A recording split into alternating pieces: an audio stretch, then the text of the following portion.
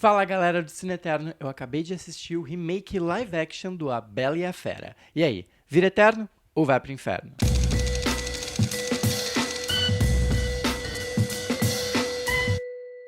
Pra mim existe uma lei natural da vida de todo remake, que é sempre que você for refilmar uma história, que você for recontar uma história, por favor, preocupe-se em trazer coisas novas, preocupe-se em trazer novas leituras, preocupe-se em fazer algo diferente. Porque se for pra fazer a mesma coisa, chama as pessoas pra assistir o original, chama as pessoas pra lerem no original, que é muito mais interessante do que um remake igual. Vou dar um exemplo que eu sempre gosto de falar quando acontece isso, que é o Psicose. Nós temos o filme do Hitchcock original, maravilhoso, e nós temos um filme do Gus Van Sant que ele refilma. E quando eu digo refilma, ele refilma frame por frame, ele copia o Hitchcock. Um filme é um clássico do cinema, o outro filme é horroroso. O outro filme, sempre que se fala dele, se fala mal. Porque ele copia. E é aí que eu vou entrar no Bela e a Fera. É aí que tá o problema. O novo live action da Bela e a Fera tá muito preocupado em ser animação o tempo inteiro e que esquece que existem coisas mais importantes do que copiar o original. Que existem coisas mais importantes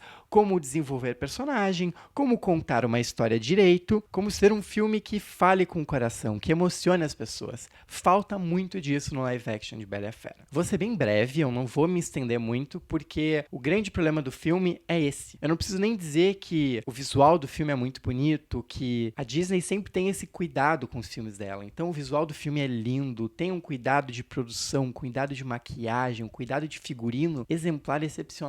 Com certeza vai estar indicado a prêmio, porque é um filme lindo nesse aspecto. Mas ele é oco por dentro. Ele é um pastel de vento artístico, entendeu? Por fora ele tá lindo, tá uma coisa maravilhosa, enche os olhos. Quando tu começa a entrar nas camadas, o filme se perde totalmente. Já disse que é bom. Vamos pra parte ruim, vamos meter o pau. Eu não gostei do filme. Foram quase 2 horas de projeção que... Olha... pesou de assistir. Eu sou apaixonado pela animação, eu acho a animação muito boa. E o live action não tem o mesmo espírito de forma alguma. Ele é um filme perdido emocionalmente. Primeiro, vou começar com a protagonista. A gente ouviu o tempo inteiro a Emma Watson falando que ela se preocupa com a princesa e que a princesa não pode ser aquela princesa normal que fica esperando o príncipe. E de fato, a Bella, se tu olhares com as outras princesas, ela é muito diferente. Ela é uma princesa que não quer um príncipe. Ela é uma princesa que se preocupa em ser alguém antes de ser casada. Ela é mais preocupada com as relações dela do que um casamento, do que um príncipe encantado. Eis que no live action, eles poderiam ter ido muito mais, ao invés de simplesmente copiar, porque temos quase, sei lá, são 15, 16 anos desde a animação da Disney. Então, eu esperava mais atualizações, esperava mais coisas. E não tem. O que eles fazem é colocar algumas coisas bem desnecessárias a mais, que envolve a mãe dela, que envolve ela se transportar de um lugar para o outro, talvez fazendo uma relação com a história original, que ela tinha um anel que girava, mas que não funciona. Então, assim, o filme fica uma bagunça, porque ele é aquela coisa, ele copia a animação o tempo inteiro e insere umas coisas necessárias só para não dizer que copiou, sabe? Além disso, eu gosto muito das músicas, eu sou apaixonado pelas músicas. E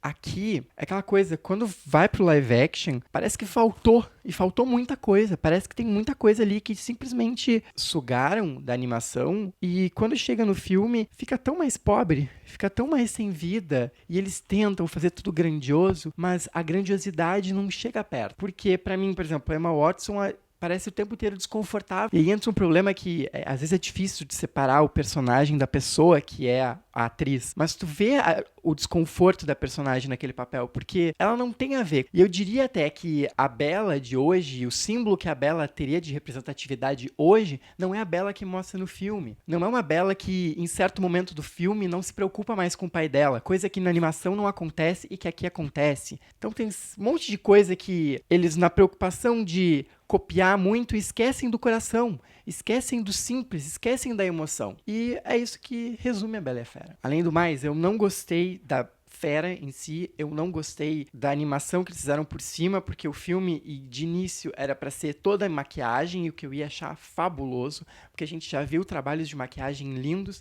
Eles vão e fazem aquela maquiagem digital por cima, que fica muito estranho. Nas cenas que tem a Bella e a Fera junto, tu vê a diferença de textura, e isso é muito ruim. Eu fiquei assim, ó, decepcionado com isso. O Gaston, ele tá ok, ele é o vilão da história, mas mesmo assim, tá totalmente fora do tom. O LeFou, que é a questão do personagem LGBT, quase não fala. Eu achei assim, olha, Foi bem caça-níquel isso, só para as pessoas pensarem, nossa, temos uma coisa diferente, temos um personagem LGBT. Olha, se tu piscar, tu não percebe, porque é sutil ao extremo. Eles têm uma preocupação em ter personagens negros na história, coisa que a animação não tinha, mas mesmo assim, o personagem negro para fazer empregado, o que eu acho horrível também, do mesmo jeito. Mas enfim, não vou falar sobre isso, até porque eu não posso. Mas no mais é isso. Eu achei um filme sem sal ao extremo, bem caça-níquel, só pra, pô, quem é muito fã, talvez vai gostar, porque vai ver a animação em live action.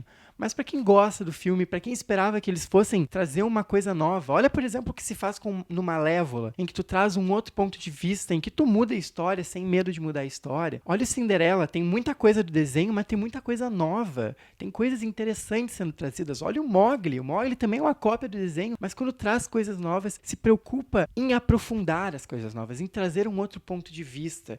E aqui em A Bela e a Fera é extremamente raso. É a animação, de novo, sem o mesmo coração, sem o mesmo carisma dos personagens, sem nada. É a mesma animação, só que com humanos. E se é só pra ser assim, eu prefiro assistir a animação de novo. E é exatamente isso que eu vou fazer. Eu vou assistir a animação de novo e esquecer que um dia teve esse live action da Bela e a Fera.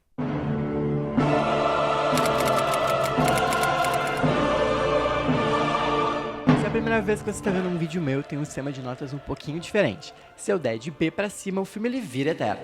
E se eu der de C pra baixo, o filme ele vai pro inferno. E a minha nota pra Bela e a Fera é um D. Ou seja, ele vai pro inferno. Se você gostou desse vídeo, dá o like ali embaixo, por favor. Te inscreve no canal. Ou se você está no Facebook, entra na nossa página no facebook.com/cineeterno e tem o nosso site também, cineeterno.com. Até uma próxima.